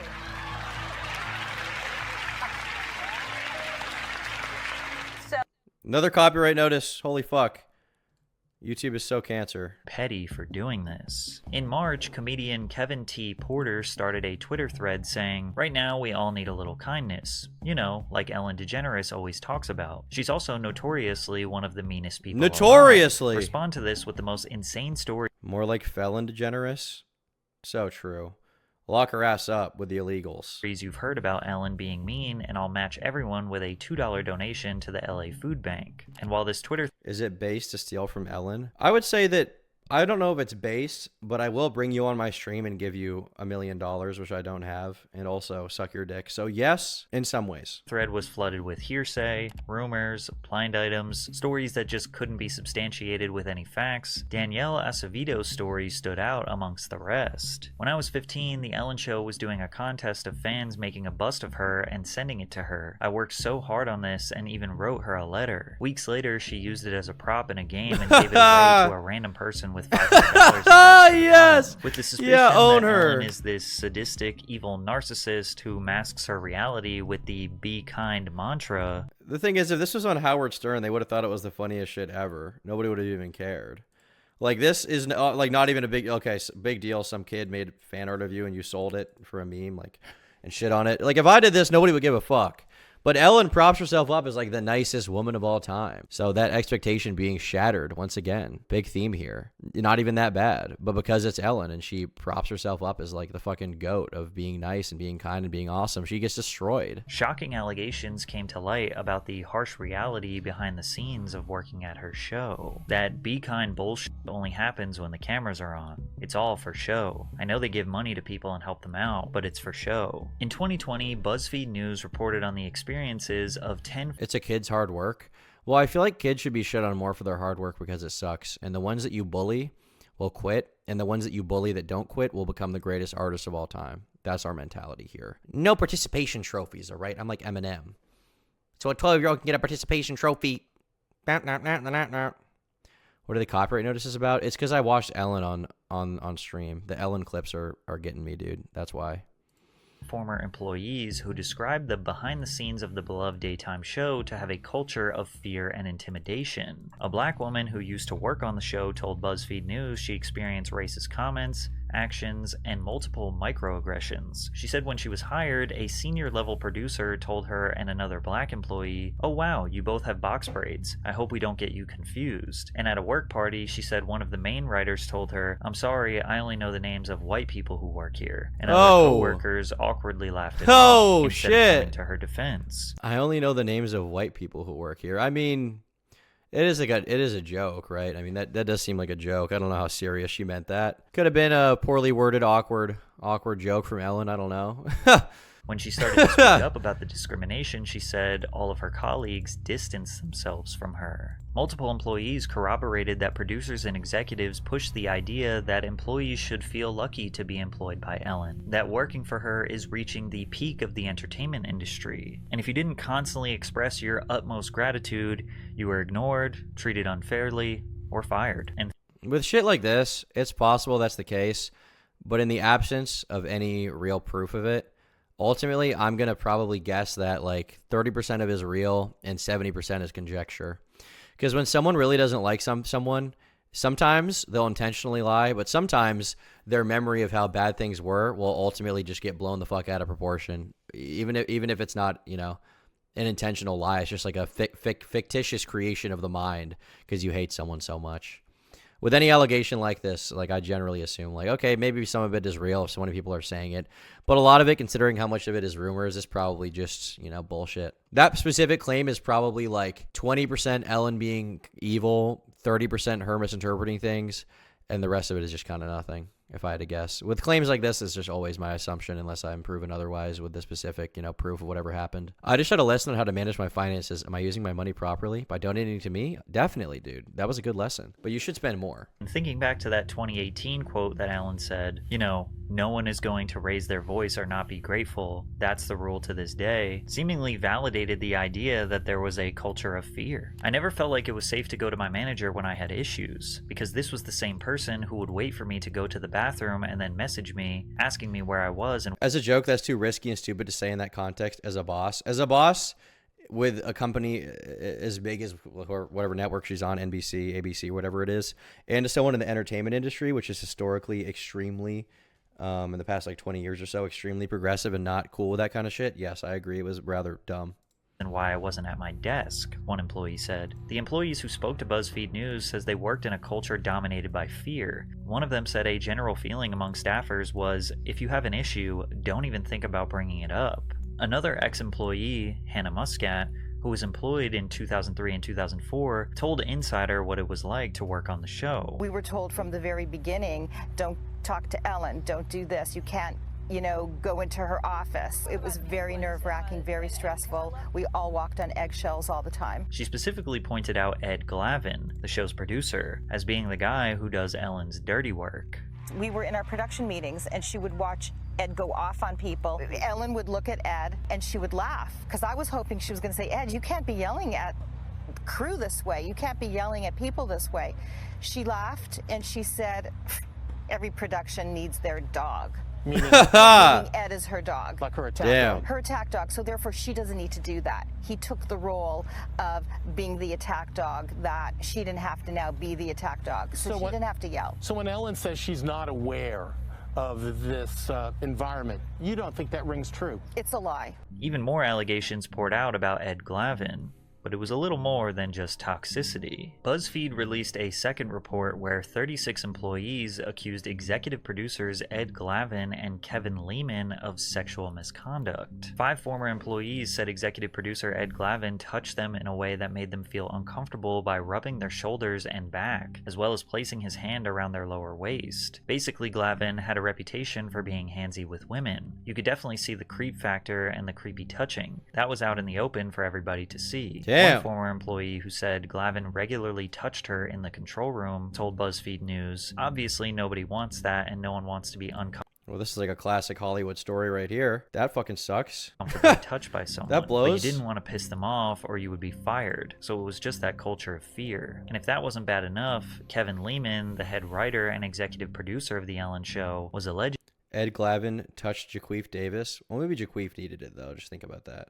Even worse. One ex-employee said Kevin Lehman asked him if he could give him a hand or perform oral in a bathroom at a company party in 2013. Another said they separately saw Lehman grab a production assistant's penis and saw Lehman grope a production assistant in the car and kiss his neck. Nearly a dozen former employees who range from longtime senior-level employees to production assistants said it was common for Lehman to make sexually explicit comments in the office, like pointing out male colleagues' bulges in their crotches, or ask them questions like, are you a top or a bottom?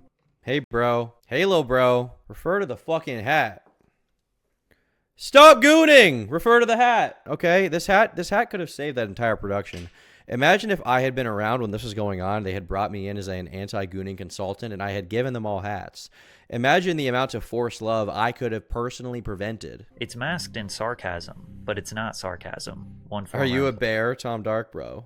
He said. Many of his targets were lower level and younger employees who felt they lacked any power to speak up. He'd probably do it in front of 10 people and they'd laugh because it's just Kevin being Kevin. After all this came to light, Kevin decided to make a statement for himself saying, I started at The Ellen Show as a PA more than 17 years ago and have devoted my career to my work my way to the position I now hold. While my job as a head writer is to come up with jokes, and during that process, and the problem with this whole like workplace culture, obviously outside of the obvious, which is like, touching people when they don't want it is bad, right? The problem with it is when you have someone who's the boss and the underlings, I say, it sounds kind of derogatory, when the lower level employees, are being touched or whatever, or, being made uncomfortable, they're not going to want to speak out about it because they're afraid of losing their job. And so as a result, the person at the top either doesn't know what they're doing is wrong, or they know and they don't give a shit because they think they're going to get away with it indefinitely. And so as a result, the peasant class is just beat the fuck up on regardless of what their ultimate wishes would be. And the only way it comes out is when it's way too late. We can occasionally push the envelope. I'm horrified that some of my attempts at humor, which is why it's important to have a good HR department. I think it's probably the best remedy for this with anonymous reporting. I mean, ideally, these people just wouldn't do this, but ultimately, I guess we don't know if this happened. This is just some claims being made, but, let's say hypothetically it did happen. Ultimately, the problem that you're going to run into is people always ask, like, when will it end? When will it end? When will YouTubers stop being weirdos? When will these fucking, when will these, producers stop being weirdos? And it's like, okay, well, regardless of how bad what happened here is, it's still an overwhelming minority of people. But the problem with these structures is the people themselves. If you have any amount of people in one place, if you have 100 people in one place, okay, you put them in a room, okay, 100 people. One of them is going to do something to another person that makes someone uncomfortable at one point in time, okay? And if you have 300, statistically, one of them might as punch another one because they get mad at them. And if you have 1,000, statistically speaking, one of them might sexually assault one of them. So the more people you have, the more room you have for human error, because ultimately, to get a little religious, which I am not, a religious person, but I think this is true. There are no perfect people, okay? There are no perfect people. People do sin. Nobody is without sin.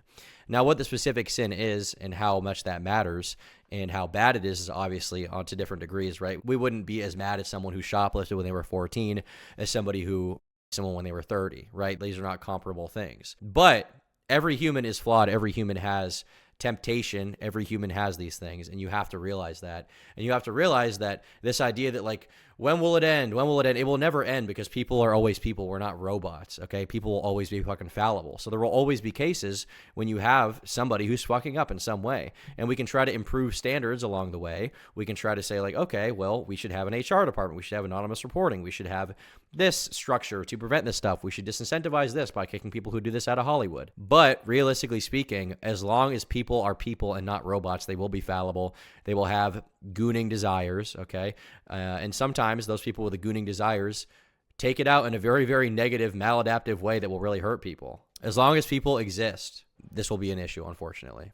May have caused offense. Warner Media, who owns The Ellen Show, decided to take matters into their own hands and perform an internal investigation. But some question the validity of these investigations. A former Warner Brothers employee who worked with The Ellen Show said the company turns a blind eye to the alleged misconduct because the series is a cash cow. This controversy was right in the middle of the pandemic. People were This is also part of the problem, right? Because the people at the top are incentivized to not give a fuck about what's happening within the production because they're making so much money. It only becomes an issue to them when their finances get affected. That's the only way to really get a lot of real change sometimes, is to affect the finances. And I don't like the idea of going after the finances most of the time, but if it is a situation like this, ultimately that's the only real way you can deal with it, right? If the people at the top won't do anything to change it on their own merits. Stuck inside, angry at the countless list of problems that were going on in their cities and countries. So Ellen being exposed as evil was shocking, but equally interesting, and the entire world was tuned in. It's rare you see someone with a flawless reputation, someone who has been given the Presidential Medal of Freedom, have their entire reputation be unmasked as a facade. My ass just scrolled for 15 minutes to find the Spanish Ellen mural, and I found it. Really? What should I look up to find it, Sia? I would love to see the Spanish Ellen mural. Facade. Tons of Ellen's celebrity friends came to her defense. Katy Perry, Diane Keaton, Ashton Kutcher, Jay Leno, Kevin Hart, and Kris Jenner all took to social media to say, "I stand with Ellen," or praise her for being kind, honest, and courageous. But many people didn't really care how Ellen treated her rich celebrity friends, as it was her hardworking employees that were the ones being allegedly abused behind the scenes. Ellen's first public acknowledgement of the controversy came from a letter to her staff, which was later shared with the media. In that she writes, "My name is on the show and everything we do, and I take responsibility for that. Alongside Warner Bros., we immediately began an internal investigation, and we are taking steps together to correct the issues. As we've grown exponentially, I've not been able to stay on top of everything and relied on others to do their jobs as they knew I'd want them done. Clearly, some didn't. That will now change, and I'm committed to ensuring this does not happen again." And ultimately, I think the reason why a lot of these changes were able to be made is because of the internet, because people were able to speak about these things, and you didn't need an avenue like TV, where you had to be approved and vetted to do an interview, and even beyond that, like, people wouldn't want to give you an interview because you're friends with, or you have business relationships with other people on the network. So, like, the host of the guy at this network, if they're both on CNBC, you can't have someone come on to talk about that because it could affect the fucking business as a whole. So then you have to talk to another network. But then if you talk to another network, maybe they're politically incentivized to go after them. So, like, there's all these issues. But on the internet, with all the bullshit that happens online and how much of a mess it fucking is, sometimes we do get a kernel of truth that comes out and genuinely does some good change. And I think that possibly the internet had a big hand in changing a lot of the discussion around a lot of the fucked upness in Hollywood and in the entertainment industry in general, which is good. And as much as false allegations do happen online, I also appreciate the fact that there are real allegations that come out that ultimately can shine a light on the darkness and depraved nature of some people in YouTube, or just in the online content creation sphere in general. And then there can be actual change enacted. And the incentive structure for having that kind of behavior past that point is ultimately destroyed because the audience doesn't give a fuck about you if you do something horrible, right? But back in the day, there was no way to really stop that, A few days later, she would post obviously the police, but sometimes the police can't handle it. Direct apology to the rest of the world. I am so sad And I am so angry. I think a good rule of thumb is that if a celebrity has a flawless persona in the public eye, always assume they have some demons or skeletons in their closet. Yeah, maybe. I mean, not necessarily. You can assume that with anyone, you can assume that if they are just like the most kind, nice guy on the face, there probably is something else going on behind the scenes. But the degree of it matters, right? Like, you know, who knows how really evil they are? It could be something as benign as they jaywalk when they say that jaywalking is bad, or it could be something really evil, you know what I'm saying? And I know I'm not going to say the right thing. I know that there are going to be a lot of people who are going to... Fucking YouTubers, celebrities making cringe YouTuber apologies is awesome. I love seeing this. Like when P. Diddy did one. You guys remember the Diddy one where he apologizes for beating the out of his ex-girlfriend on video? P. Diddy apology. This was one of the greatest YouTube videos of all time, man. Why do they do this? Why do they just shut up? Do you guys have PR teams? Did the PR team tell you to do this? It's so difficult to reflect on the darkest times in your life. But sometimes you got to do that. I was fucked up. I mean, I hit rock bottom. But I make no excuses. My behavior on that video is inexcusable. Keep in mind what he's apologizing for was beating the out of his girlfriend and dragging her through the halls. It was an insane video. I don't even want to watch it again, but you can look it up if you want. It's not good. going to be in disagreement with what I say, but I have a platform and I have a voice, and I have always stood for equality. I have always wanted to be the voice for people who felt like they didn't have a voice, because I know what that feels like. And maybe you don't agree with how it's coming out, but you have to understand it, and then we can heal it. I'm just so sorry that it's come to this. I really don't know what to say other than this has gone on way, way, way, way too long. People have gotten away with murder, and that's what's happening. Now, this is not a clear, concise, or direct admission of wrongdoing. People were upset with her choice of words, as she said, "Sorry, it has come to this." Additionally, using idioms like "get away with murder" in a weird way downplays the situation, because she... If you're not going to be specific in your response, I feel like it's generally good to just not say anything. Like, if you're getting exposed for being a bad person, or even if the allegations are false and you're going to respond, at least be specific with your response instead of like, "It's just so sad that this is happening and I'm so sorry that you felt that way." Like, just actually like say something substantive, or don't say anything at all, or else it just comes across as really fake. Scrimpin in chat, why is this nasty harpy from the TV still relevant? TV's for old people? True, it is. And that's why it's gotta go. She recognizes something horrible is happening under her command, but does not specifically say what it is. But she is being vague for legal reasons. After Warner finished their internal investigation, 3 senior executive producers, Ed Glavin, Kevin Lehman, and co-executive producer Jonathan Norman, were all fired. Although they never admitted that any misconduct actually occurred, firing them was seemingly a strategic attempt to save face. They were never sued, tried, or found guilty of committing any crimes. Every new season of The Ellen Show opens with a monologue. The one opening season 18 contained yet another apology. Let's get to it. What's up, Sneeko in chat? As you may have heard, this summer there were allegations of a toxic work environment at our show, and then there was an investigation. I learned that things happened here that never should have happened. I take that very seriously, and I want to say I am so sorry to the people who were affected. I know that I'm in a position of privilege and power, and I realize that with that comes responsibility. The thing is, I could believe that she didn't know about all of it, or she wasn't responsible for all of what happened. And if it was a company, if the Ellen Show has like hundreds of people working there, which is possible, then I could potentially be like, okay, fair enough. Maybe you genuinely didn't know. But if you've got like 4 people working for you, or I guess on the Ellen Show it's probably like 20 or something like that working on this show, and you like, I feel like you got to at least have heard about some of it, even if you don't know the extent. You got to at least have like heard a rumor or something, because people talk, you know. It's possible she didn't know all of it, but you must have at least heard a little bit about it, you know. It's a giant company. How is it entirely her fault? Well, the thing is, the network she works for is a giant company, but the actual production staff, they're accusing the production staff of having the problems, right? So how many people are on the production staff? I don't really know. I could be talking out of my ass, but I doubt it's more than like 20 people, 30 people. But I could be totally wrong here. I could be full of shit, so don't quote me on that.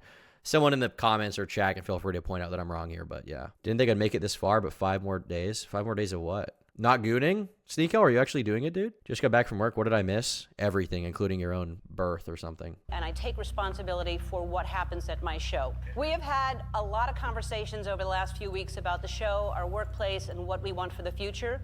We have made the necessary changes, and today we are starting a new chapter. There were also articles in the press and on social media that said that I am not who I appear to be on TV. The truth is, I am that person that you see on TV. I am also a lot of other things. Sometimes I get sad, I get mad, I get anxious, I get frustrated, I get impatient, and I am working on all of that. I don't think that I'm that good that I could come out here every day for 17 years and fool you. This is me, and my intention is to always be the best person I can be. And if I've ever let someone down, if I've ever hurt their feelings, I am so sorry for that. Everything about this is... The thing is, she's right. The audience expectation is somewhat unrealistic because you can never expect someone to just be fucking the nicest person at all times. That person doesn't exist. Jesus does not walk on earth right now, okay?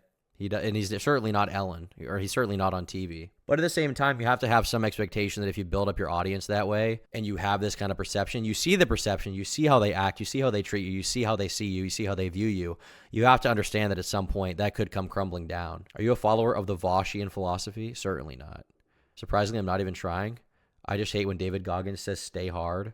Yeah, I hate that too. Stay soft. So manipulative. The outfit, the tone, the jokes, the speech. I don't like apologies that include if I hurt you, if I offended you. If is not taking responsibility. But things got even worse for Ellen. In May of 2021, she announced that she would be ending the Ellen DeGeneres show after its 19th season. This came after months of speculation about whether the show could even survive the controversy and the declining viewership, which dropped by over 40%. In her announcement, Ellen framed her decision as a creative choice. Did that have anything to do with her being really nice, though, or is that just TV dying? 40% is huge, though. Like, TV is dying, but it's not like within, like, 3 months, people are just, like, not watching them anymore. It's like a slow fall off, people slowly transitioning. 40% is nuts. I guess people do actually fucking hate Ellen now. I'm shocked by that. I'm like, mind blown. After the pandemic, oh, yeah, that was around the same time, so that's true. That probably did have an effect. But still, 40% is nuts. Saying that after 19 years, the show was no longer a challenge for her. I guess for her, it's like TV's dying, and also she's becoming hateable at the same time. She denied that the ending of the show was due to the drastic drop in viewership. The ratings are down for this show. They're down for every talk show. Right. To be fair. Yep. But more for this one. Mm-hmm. Ooh. Does that factor into any of this decision? It's more for this one because we had further to fall. And everybody else was at a lower, place, so they didn't have as far to fall. Oh, you see, we were just so awesome. We were so awesome, we had to quit. It sucks because she was Dory. I mean, she still did a good job as Dory. You don't have to, I don't think you should necessarily fucking hate Ellen. You don't know her. I find her very cringe and pandery and gay, but like, well, okay, not, gay and not like, she is gay, but you know what I mean? Cringe. I mean, cringe and stupid in the way that a 16-year-old boy means it because I haven't grown up. But you know what I mean? I find her cringe. But I don't, hate her as a person because I don't know her. I wasn't there. I'm not connected to it. I don't know how many of the claims were real or not. Here's the Gay Women Ellen mural. Where? You said it, and you don't just link it. Tell me what to look up or tweet it at me. To be honest, I mean, that's the truth. We were very, very successful. Actually, it is because she's gay. Ellen also claimed that she was a victim when announcing the ending of her show. And also, I have to say, if nobody else is saying it, it was really interesting because I'm a woman, and it did. Oh my God. It was really interesting because I'm a woman. Bruh. Shut up. Stop, dude. It was really interesting because I'm a woman. It's not that interesting, dude. It's literally not that interesting. I don't need that victim complex bullshit. I do run up the stairs on all fours, yes. I actually climb on the ceiling on all fours. Feel very misogynistic. It felt like I am a boss. I have a very successful show.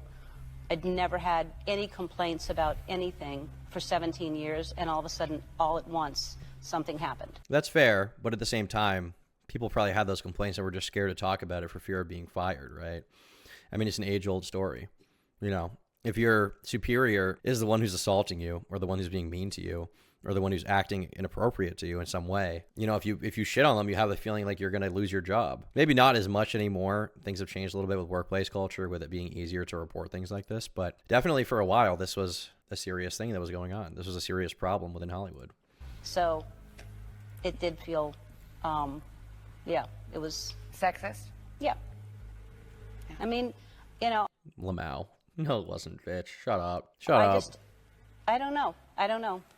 Did feel weird. These passive-aggressive comments seem to contradict her previous sentiments of, I take responsibility for everything. It seems as if she tried to approach this controversy the right way, or the smart way, by taking accountability, firing those who were accused, and she just kind of hoped that things would go back to normal. But then her show's viewership declined drastically to the point where it only made sense to cancel the show. And anyone would be upset if they had to cancel their show. And it's easy to understand that after 19 seasons, it's pretty upsetting for the show to go down like that. Seems like Ellen is kind of bitter. Kind of upset. Maybe she kind of feels like she is the victim. But those feelings only worsen the believed narrative that she's a narcissist and her whole persona was faked for money and success. Every public figure at some point has to homogenize their entire brand and perception to a few personality traits. For Ellen, it was altruism and kindness. When you simplify your brand and persona, you become more reliable, more dependable. But you become an idea. You become a standard that's impossible to live up to. Which is why these celebrities that are just boiled down to these like few ideas, in the past, that was fine. Like that was totally fine because nobody could see the issues. You know, Elvis Presley was personified by a few key ideas, his swag, his music, you know, being a Southern lover boy, a stud. You know, now in retrospect, we know that apparently he dated like a 15-year-old, but people at the time didn't really care because first of all, they wouldn't really see that because that wasn't covered on TV. And people back then had different standards for dating too and didn't care as much, but also like it just wasn't covered on TV nearly as much. It was just like people are the idea that they're distilled down to. A camera, on one hand, is awesome because the camera films things in real life and it documents real life. The other problem with the camera is that it can distort reality in such a way that you're only seeing what the person holding the camera wants you to see. You don't see everything else. You don't see the other shit. You don't see who that person truly is. It is an alternate reality presented through the camera intentionally or unintentionally. And when people find out the real, you know, the true reality of the situation, what goes on behind the camera, it's disappointing. It's, you know, defying expectations. Like a robot who does exactly what you are supposed to do and exactly what people expect you to do. The Ellen Show formula was exactly the same. Had the same tempo, the same energy, the same positivity for over 3,000 episodes. The reason there was so much backlash towards Ellen was not because people suddenly found out she was actually mean behind the scenes. It's because her entire existence was centered around caring for other humans, giving back to those in need, listening to people's hardships, and then using her resources to provide help for them. And then the employees who worked for and built this amazing program that Ellen has generated hundreds of millions of dollars from, they were being mistreated, not listened to, and potentially at worst sexually assaulted. Therefore, her opposers felt that that was an obvious sign that her entire persona was all just a facade for money, whereas others think that the employees could be over-exaggerating. The accused were never found guilty of any crimes, and working on a major TV... It's probably somewhere in the middle. Probably like some of the claims were exaggerated, some of them were completely true, and Ellen is not as evil as people think she is. But because she had the public persona of being so nice, you know, that middle ground isn't reached. If you stay in the middle ground from the beginning, right? If you portray yourself as a fallible person online or in your content on TV, right? If you portray yourself as the true you with all of your flaws and blemishes, or at least showing some of it, people will be fine. But if you attract an audience for one perspective of who you are and they find out you're something else, you defy that expectation, it all crumbles. The idea is gone. Production is going to be hectic, stressful, with expectations for a high performance. Plus, when the allegations came up, she seemingly handled it as professionally as possible. She did an investigation, fired the 3 accused producers, and established new protocols that would make sure that everyone on the staff would be treated with respect. She seemingly took responsibility and made the changes. What more can she do? They say that even if Ellen's persona is fake, her good deeds and charitable contributions are still a net positive for society, regardless of the intentions behind them. After her show officially ended, Ellen had remained silent for the past few years. However, tomorrow, September 24th, she's releasing her final comedy special, For Your Approval on Netflix. And doesn't that name sound a little bitter? For Your Approval. When announcing the special on Instagram, she wrote in the caption, "To answer the questions everyone is asking me, yes, I'm going to talk about it." Oh yeah, I got kicked out of show business. Yeah, the Be Kind Girl wasn't kind. That was the headline. Here's the problem. I'm a comedian who got a talk show, and I ended the show every day by saying, be kind to one another. She knows it. Had I ended my show by saying, go fuck yourselves. So we will see in this special But she literally is self-aware of it. She knows the problem. if she's going to essentially bow out of the entertainment industry with a little bit of grace and humor, or claim herself as a victim of the evil cancel culture mob. Every public figure. Damn. Yeah, and once again, like with most situations, defense to Tom here, it's usually not so black and white, It's usually somewhere in the middle. Even with allegations about the worst kinds of people possible, typically the truth is not quite as bad as is being publicized or said in the most extreme sensationalist format, even if it is way worse than anybody should ever be accepting of.